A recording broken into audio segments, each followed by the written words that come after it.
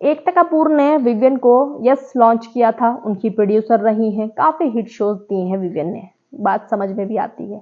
लेकिन एकता कपूर वाकई में आप ऐसा बोलोगे विवियन के लिए, ये कभी नहीं सोचा था। Hello everybody, welcome back to my YouTube channel. This is me your host and दोस्त प्रशिक्षा मिर्जा। एकता कपूर बोलती है विवियन से आके कि तुम्हें लॉन्च करा है मैंने, तुम्हारी प्रोड्यूसर होने के नाते एक बात, ये हक तो मेरा बनता है, मैं तुमसे पूछना चाहती हूँ कि क्या पूछना चाहती हूँ। विवियन ने बोला कि ठीक है, पूछना चाह रही होगी कुछ, मैं जवाब दूंगा। कि तुम अपने आप को जो सुपीरियर दिखा रहे हो कि मतलब मैंने ये काम किया, मैंने वो काम किया, कि तुम्हें घर वाले क्या मतलब, पता नहीं उन्होंने क्या बोला था कि पेड़ पे चढ़ा के रखें क्या, ये एकता कपूर ने पूछा उनसे, विवियन से। और तुम घर के मुद्दों से भागते हो, लाइक लिटरली वो बकवास का भी वो बने क्या पार्ट उस गेम में। जितना हो पा रहा है बंदा 100 नहीं 2%, 200% दे रहा है हर एक मुद्दे में। उस बंदे का मतलब एक कंक्लूजन भी आता है, साथ में अपना पॉइंट ऑफ व्यू के बाद में सॉल्यूशन भी है विवियन के पास में। दूसरी बात, जो बिल्कुल लॉजिकल मुद्दे होते हैं उसमें उसका बहुत ज्यादा कंट्रीब्यूशन रहता है, और सबसे ज्यादा कंट्रीब्यूशन रहता है। चीख पुकार मचाना ही अगर गेम है तो हम नहीं समझते कि वो बिग बॉस का गेम है, क्योंकि हमें रियल पर्सनैलिटी देखनी, सारी साइड देखनी होती हैं।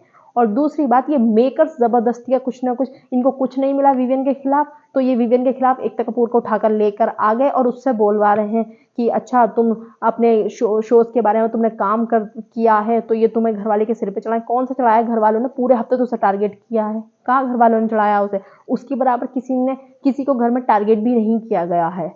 और दूसरी बात कि बोल रही हैं वो, तुम 8 साल, जब तुम्हें घर के मुद्दों में इंटरफेयर ही नहीं करना था तो तुम 8 सालों में क्यों आए थे बिग बॉस में। आपसे पूछ के थोड़ी करेगा, उसको क्या करना है, उसकी पर्सनैलिटी वो आपकी तरह थोड़ी है। आप यस, आपका चीज़ों को सोचना अलग हो सकता है, आप एक अलग इंसान है, वो एक अलग इंसान है।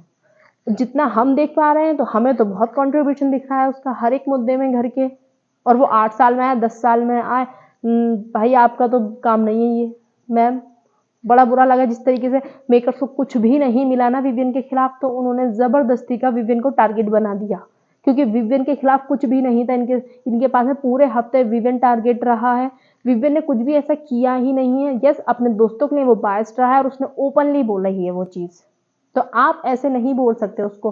भाई मेकर्स वाकई में अच्छे खासे इंसान को मेंटली टॉर्चर बहुत ज़बरदस्त करते हैं। पिछली बार उन्होंने मुनव्वर के खिलाफ लाके खड़ा कर दिया था उस आयशा को, और अब ये ज़बरदस्ती का इनको एकता कपूर को लेकर आ गए, उनको कान में पता नहीं क्या क्या डाल दिया, पता नहीं बिग बॉस देखा भी है उन्होंने, नहीं देखा, शायद से देखा ही नहीं होगा। अगर देखती तो कभी भी ये चीज़ नहीं बोलती। और लाइफ में जब भी कोई इंसान अचीव करता है, खुश होकर शेयर करता है ना, सब अलग अलग जगह से आते हैं बिग बॉस में, सब अपने अपने बारे में बताते हैं कि मैंने ये किया, मैंने वो किया, सब बताते हैं ना। और उसका ग्राफ लंबा रहा है तो उसने भी बताया है। उसने कब कहा कि मुझे सिर पे बिठाओ, अगर वो सोचता वो तो एक काम भी नहीं करता घर के। सबसे पहले वॉशरूम साफ करे थे उसी ने आके। क्या बात कर रहे हैं यार ये लोग।